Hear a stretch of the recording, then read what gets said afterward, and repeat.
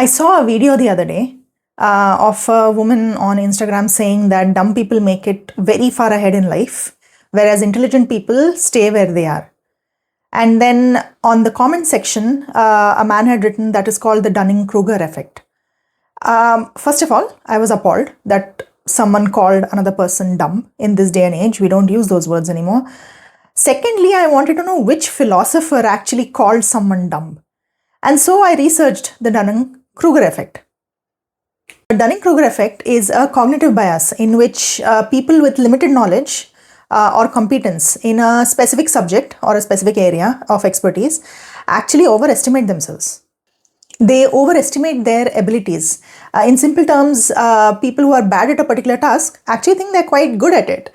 Whereas inversely, a person who is actually quite good at the task ends up underestimating everyone around them. And because they tend to think that because it is so easy for them, it must be easy for other people.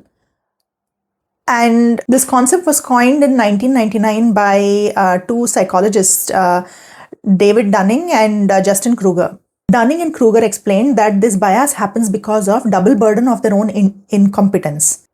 When someone lacks skill in a certain area, their incompetence robs them of two things simultaneously.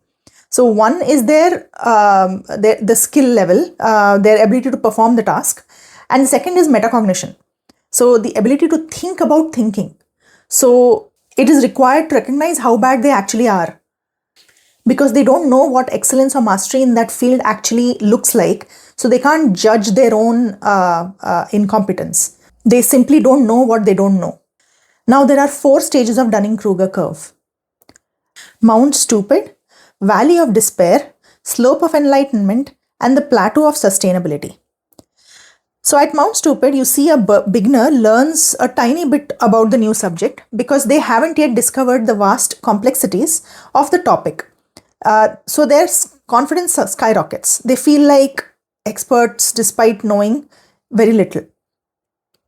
At the Valley of Despair, as a person continues to learn, they suddenly realize how massive and complex the subject actually is.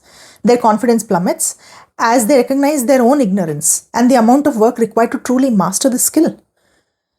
Now the person puts in the hard work, studies and practices, and they begin to grasp the nuances of the subject. Their confidence slowly and steadily begins to rebuild, this time grounded in actual experiences.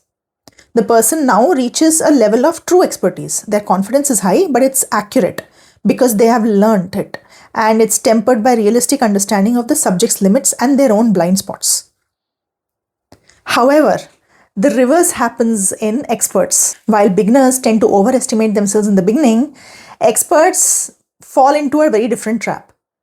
Because this skill has become second nature for the experts, they don't see that they have a blind spot, that they don't see how difficult it is for other people to learn. So if someone has actually put in the effort and learned this subject and become an expert, they don't think much of it. They tend to undervalue their own skills and also underestimate how difficult it is for other people to learn this. So when you, an expert in your field, find someone from your past who wasn't that intelligent to begin with, or in your words, dumb, has now done really well for themselves in that particular field, before you go around spreading your hate and getting jealous of this person, think twice about how difficult it must have been for them to learn everything and to put in the perseverance and determination and effort and time and possibly money to learn all of these topics and to become an expert in that field, and to reach a certain level where you, an expert in the field already, have to become jealous of them. So no, they are not dumb anymore. Dumb people do not go far in life.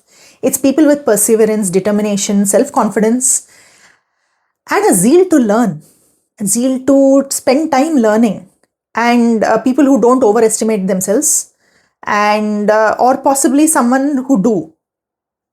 According to Dunning-Kruger, people who do overestimate themselves actually somehow go through that 4 stages of Dunning-Kruger curve and end up in a situation where they actually become experts at some point. So you can't call them dumb anymore.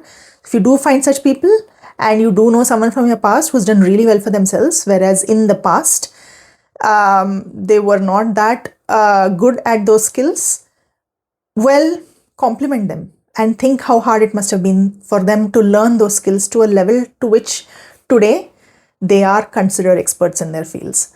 So this is something I think we should all learn from.